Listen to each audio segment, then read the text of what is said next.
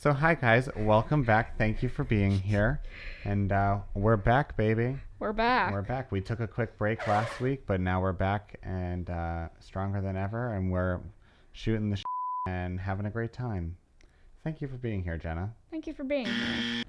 So, welcome to the cutest podcast ever. cutest podcast The ever. cutest podcast ever. So, speaking about cute things, Jace, who is your favorite Sanrio character? What is Sanrio? Do you know who Hello Kitty is? Yes. It's the company that owns her. Why would I know that? What are the characters? Do I know them? Are they popular? There's Hello Kitty, there's My Melody, there's Kuromi, there's a frog, there's like an angel, there's like these two sets of like twins. Hello. No idea. What do you even like Hello Kitty? Yeah, I think it's cute, but I don't think I have any Hello Kitty items. Do you? I have a lot. Like what? A bunch of stuffed animals, a bunch of like little collectibles. You know what I do have? It's not Hello Kitty. I have those the little erasers, that they come apart and you Oh my god, I love you those. they have pieces, you put them all together. I never use them to actually erase though. Did anybody do know. that? I just don't let think them they sit in my did. desk. It's like they looked too cute to actually use for their functions because then they would just get ruined. Yeah, but they were fun. I think I have a turtle and a panda and a unicorn. You still have yours. I gave mine away, or like they ended up getting thrown away. So so we had some time last week. Well, in not doing an episode last week, we had some time to do what we like to do. And so, what did you do, Jenna? So, What did you do last week? since I didn't have to edit anything or film anything, I took some time to play some video games. What do you play? Well, I've been going through Legend of Zelda: Tears of the Kingdom. I'm having a lot of fun with it. You should definitely try it out. Do you like it? I love it. I It's so like much the fun. building element. I've seen people play it before, but I've never played it myself. You should try the building element. I think it's really cool. After this segment, do you want to just like take a break and do it? Maybe we'll play some. Yeah. That would be fun. And would you say that playing games has been like a hobby for you forever? Forever, basically. What gaming systems did you have when you were younger? Like, what was the earliest system that you had? My Nintendo DS. Oh, yeah, I remember those. I had a GameCube at one point. Really? And an Atari. But I think that was a reproduction, not an original. I actually I think the earliest game system I had was the PlayStation 2. That's the first system I ever remember playing games on. Nintendo, and then it was a Nintendo DS, and then it was a Nintendo Wii, and then it just went on from there. Huh. I had a GameCube. I had the original Xbox, which I had a really fun Spider-Man game on, and you could like fly around, do all that. We played the Spider-Man game, the most recent one, once. I played it, yeah. I don't know if you played it. I played it one single time with you, and then like saw it wasn't as good as I thought it was gonna be, and was a little bit disappointed. It's But like, it's all right. It's pretty good. yeah, it's fun to just like go in and just like swing around for a bit. Yeah. Yeah. Is story mode really that good though? It's not the best. No. I don't know. So I'm trying to think, what did I do? So one of my recent hobbies, it has been DJing, and I think it's fun. And so I've been doing that a lot and practicing that. But like I feel like I have a lot of different hobbies, and even growing up, so I wasn't into trains, but I was into model trains. And so I like the miniature trains, like HO scale, N scale, all the different scales. And I've gone to like model train conventions just because they're fun. It's like hokey and it's cute. And actually, oh my gosh, I remember we were at school one time and I had purchased a layout from somebody that I planned on refurbishing. And we picked you up on the way. Wasn't that fun? That was very fun. I basically kind of begged you to pick me up because I was so bored. It was fun. Yeah, we got lunch. We Oh yeah, we got lunch.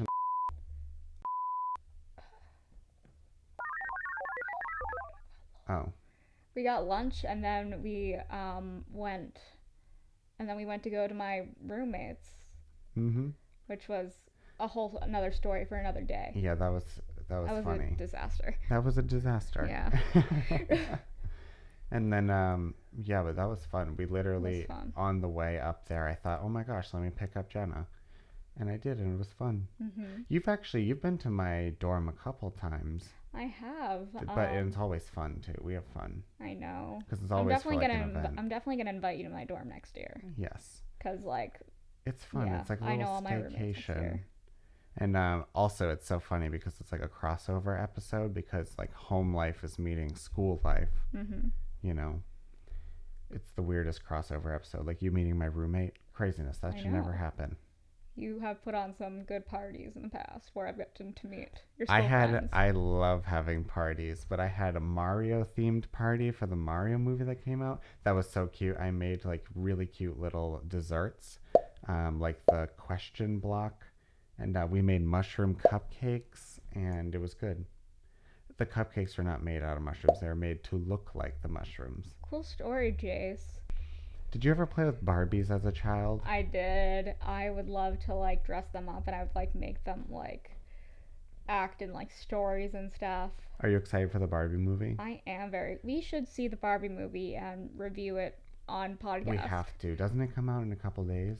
It comes out next weekend, I believe, but I'm like working all weekend. Yeah, me too. We should see it on Tuesday.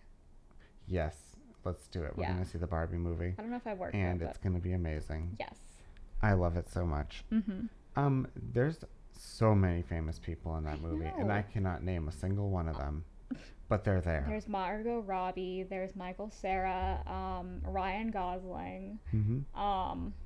I'm excited to see it. I hope it's not Yeah. too cheesy though, because Yeah. I saw like, because nobody like walks their Barbie down the stairs. I saw in the commercial they had her like float down from like the second or Yeah. third story in her house. I thought it was cute. I It think was it's funny. cute. It was cute and funny, So, but I like- hope the whole movie is not like that level of cheesy. Yeah. Well, there's a segment in the trailer where they come to like real life, so maybe that'll be like, Oh yeah. yeah. But I'm interested. I feel like it's gonna be very similar to like the Lego movie and how it like presents the IP it's trying to represent. I love 'Cause, the Lego like, movie. The Lego movie, it's like all about exploring imagination and building, but Barbie is all about imagination and self-expression. Oh If you yeah. think about it.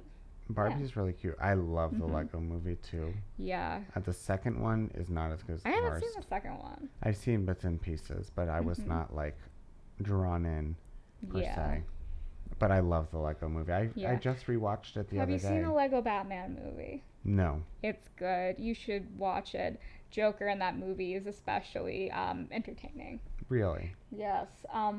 It's kind of like Joker, instead of like hating Batman, is Mhm. like he kind of like almost has a crush on him. I used to play Lego Batman. I can't remember if it was on my Xbox or my Wii, Mm-hmm. but I definitely used to play that. And you know who I played that with? Who? We also played Lego Harry Potter and Lego For the podcast, or actually Yes. we can't say that. Shroon. Yes, we'd love to have you on the show. Shroon. Yes. Who else can we have on the podcast? I don't want to just name drop on the podcast. No, we're not going to name drop Nah. people, but you know who you are. You know who you are. You know we want you, and Stay we love tuned you. for next week. We might have a guest on. We might. You'll never know. It'll be amazing though when we do. Mm-hmm. But yeah, and okay, so now It's we're me. gonna. I'm your uncle. I'm your uncle, Jace. Plot And with twist. that- Stay tuned for the conclusion. And with that, intermission. Ow, my shoulder.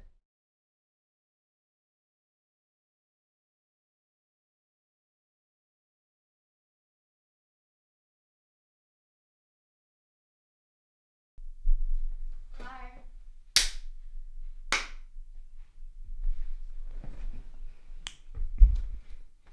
Well, look at the time.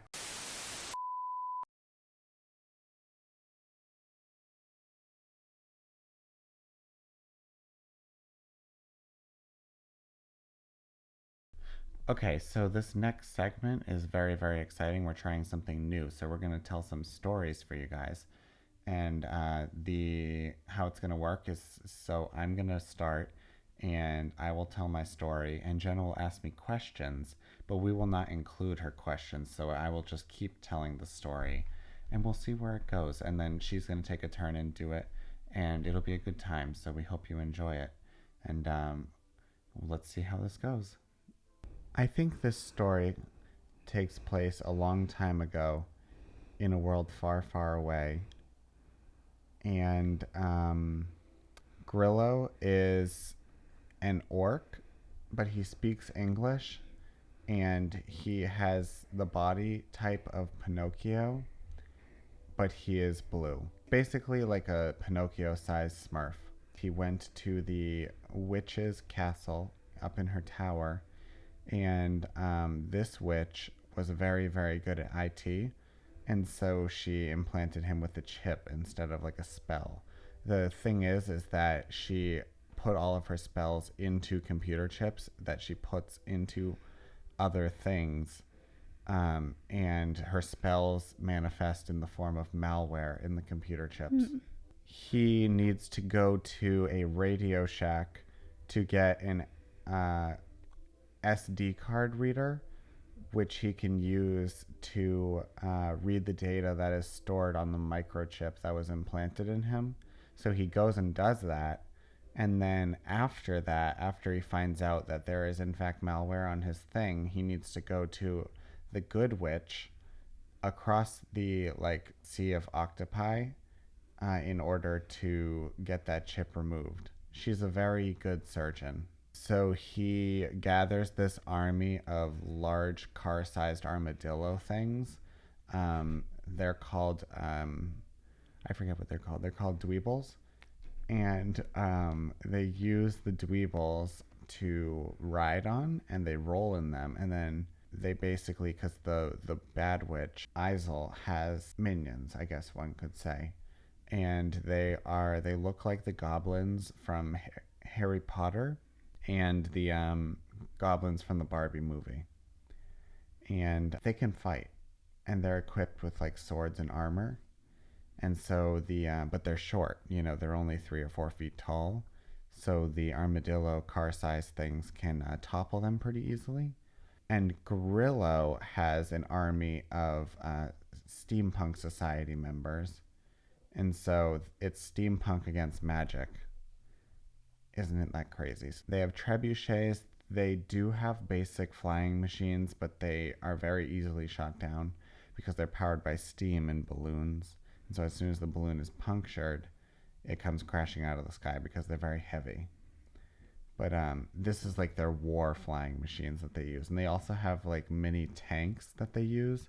But again, they're very small and they've got like wooden frames. Grillo ends up killing her.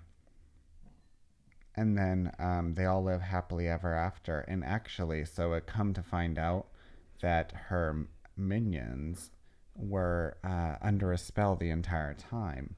And so they are freed from their spell, and then they go back to on the other side of this fantasy island. There's a like elven people. There's elves, and come to find out, the minions of the witch are I don't know how you say, they're like descendants of the elves, like a mutated like offspring society, because originally the witch had taken elves, and like the initial group of elves bred into the mutants that we have now, so they're related, and so the minions just go back in and live with their elven people. Grillo's pretty cool. A real Robin Hood. I can't wait to see what happens to Grillo in the future.